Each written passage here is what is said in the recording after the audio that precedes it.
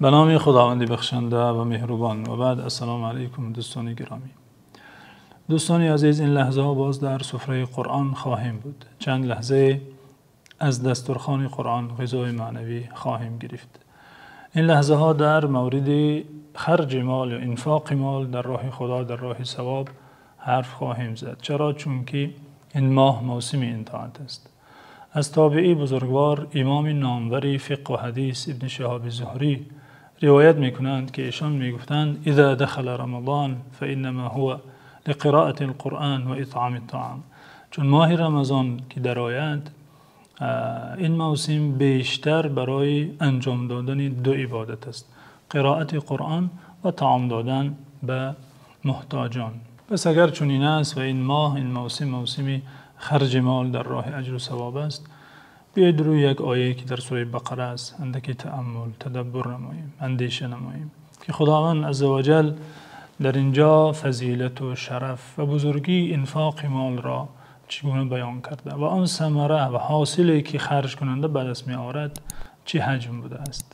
خداوند عزوجل در این سوره می فرماید: مثل الذين ينفقون اموالهم في سبيل الله كمثل حبة انبتت 7 سنابل في كل سنبلة 100 حبة والله يضاعف لمن يشاء والله واسع عليم.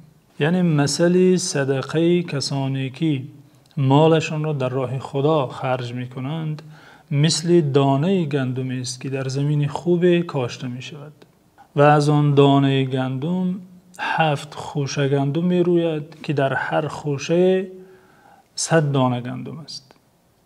و خداوند اجر و پاداش را برای هر کسی که خواهد چند برابر می سازد و خداوند بی نهایت زیاد عطا کننده و داناست.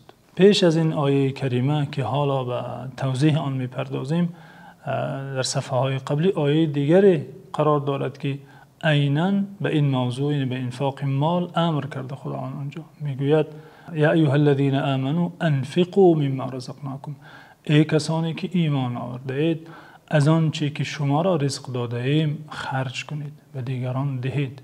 بعد آنی که خداوند اینجا بندگان خود را به خرج کردن از رزق خود به دیگران امر کرده، این تمثیل زیبا، این مثال جالب در مورد صدقه و خرج مال آمده.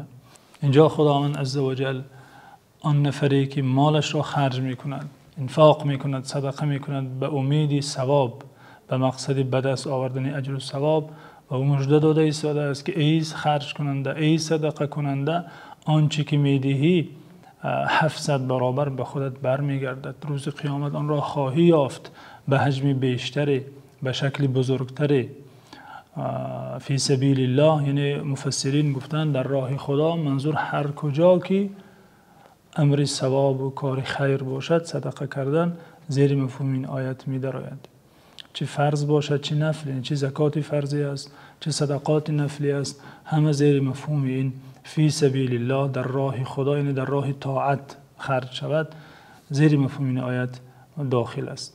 والله یضاعف لمن یشاء، این جمله زیبا در میان این آیت قرار دارد. خداوند به هر کی خواهد اجر و پاداش را چند برابر می سازد. عده از مفسران به این نظرند که این تأکید همین 700 برابر است، یعنی خداوند از نیکی را از 10 برابر اون طرف تا 700 برابر اجر می دهد، که اجر نفقه کردن، صدقه کردن 700 است به نص این آیت و دلالت این آیه کریمه. و این خداوند به هر کی خواهد چند برابر می دهد تأکید همین معنای سابق است. اما اکثری مفسران به این نظرند که والله یضاعف لمن یشاء، خداوند به هر کی خواهد چند برابر می دهد، این افاده آن را می کند که خداوند از 700 مراتب بیشتر هم عطا می کند.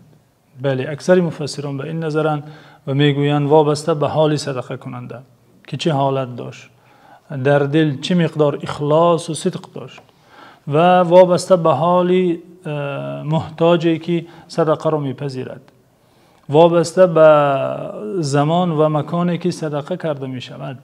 خداوند به هر کی خواهد از 700 بیشتر عطا می کند. والله یضاعف لمن یشاء والله واسع علیم. خداوند بی نهایت زیاد عطا کننده است. بله، این آیه کریمه بندگان را به خرج مال با این شکل زیبا، با این تمثیل جالب تشویق و ترغیب کرده ایستاده است. امام رازی سوال مطرح می کند، فخرالدین رازی، که آیا چنین گندمی وجود دارد؟ آیا در دنیا که از یک دانه آن 7 خوشه روید و در هر خوشه 700 دانه باشد؟ از امام قفال شاشی نقل کرده، میگوید مهم نیست که وجود داشته باشد یا نه، مهم این که اگر فرضاً تصور کنیم دهقان داند که یک دانه گندم او در همین فلان زمینه اگر آن را کارد چنین حاصل می آرد، آیا در کشت کردن آن دانه کوتاهی می کند؟ البته که نه. یعنی چون یقین کند که دانه گندم او چنین حاصل می آرد، البته به کشت او می شتابد، به زودی آن را کشت می کند و نگاه و بین می کند که این حاصلی عجیب و غریب را به دست آرد. این چنین یعنی خداوند می خواهد صدقه کننده داند که دانه گندم او در چنین زمینی و چنین حاصل می دهد، باید یقین داشته باشد. فضل و شرفی صدقه کردن، خرج کردن مال در راه خدا، در راه ثواب، تا اینجاست که پیامبر صلی الله علیه و سلم این عمل را برهان نام کردند، یعنی دلیل آشکار، دلیل واضح بر ایمان داشتن مسلمان. در حدیثی که امام ترمذی و امام ابن ماجه روایت میکنند، فرستاده خدا صلی الله علیه و سلم گفتند الصلاة نور و الصدقه برهان و الصبر ضیاء. نماز نور است و صدقه برهان است، دلیل واضح است، دلیل قاطع است بر ایمان داشتن صاحبش، بر ایمان داشتن صدقه کننده. چرا؟ چون که یقین دارد که خدا وعده کرده که صدقه او را مکافات میدهد، باز پس میگرداند بر زیادت، به این خاطر خرج میکند. چون که در معامله های دنیایی انسان چیزی میدهد که در عوض چیزی گیرد عادتا، اما در صدقه دادن چیزی نمیگیرد. میداند که آن چیزی که باید گیرد اینجا نمیگیرد، در آخرت میگیرد.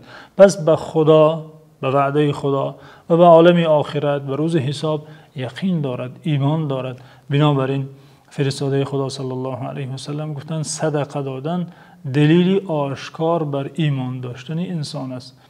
معنای دیگر شارح های حدیث بیان کردن معنای جالب است. این هم گفتند صدقه دلیلی آشکار است در روز حساب، وقتی که انسان در مورد مالش محاسبه می شود.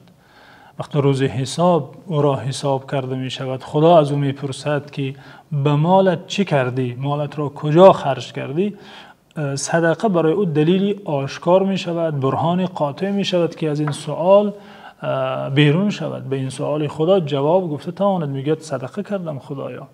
پس صدقه برهان است، دلیل است که او را آنجا نجات می بخشد. شرف و فضیلت صدقه کردن به خاطر خدا باز در این است که خداوند این عادت نیک را با تقوا و با تصدیق امرهای خود همراه ذکر کرده.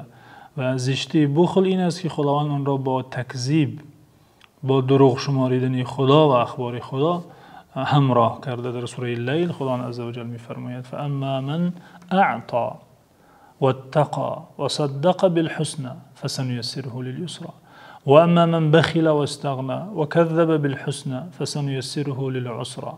پس اما شخصی که عطا کند، از مالش در راه خدا خرج کند و تقوا پیشه کند و به آنچه خدا خبر داد تصدیق کند، ایمان داشته باشد، باوری یقین داشته باشد، یعنی این عادت را خداوند با تقوا و با ایمان استوار داشتن همراه کرده شده است، عادت صدقه کردن.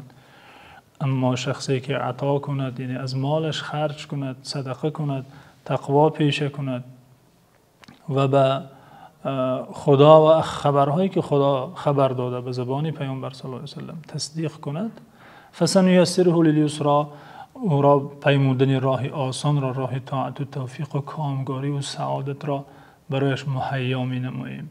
اما شخصی که بخل ورزد، اما من بخل و استغنى و خود را از خدا بی‌نیاز داند و کذب بالحسنى و کلمه شهادت و هر خبری که خدا خبر داده تکذیب کند، پیمودن راه سخت را برایش مهیا می سازیم.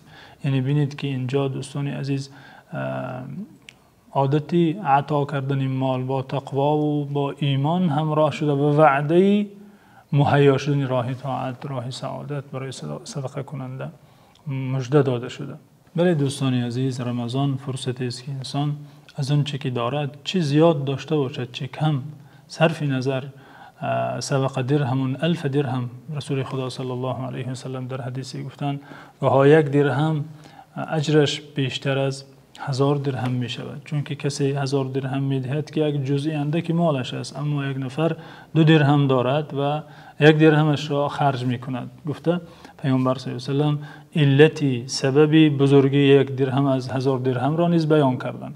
بنابراین انسان سعی کند در رمضان از آن چیزی که خدا برای او داده، چه کم داده از چه زیاد، به کسی دیگری که محتاجتر از خودش است دست یاری دراز کند. علاوه بر این آیه کریمه و این تمثیل زیبای قرآنی و علاوه بر این احادیثی که در فضل صدقه گفته گذشته شد، حافظ نیز ما را به خرج مال ترغیب نموده. گفته است توانگرا دل درویش خود به دست آور، توانگرا دل درویش خود به دست آور، که مخزن زر و گنج درم نخواهد ماند. بدین رواق زبرجد نوشتند به زر، که جز نکویی اهل کرم نخواهد ماند. به امید قبولی روزه ها و جمله همه طاعت های رمضانی دوستان گرامی، خدا یارتان.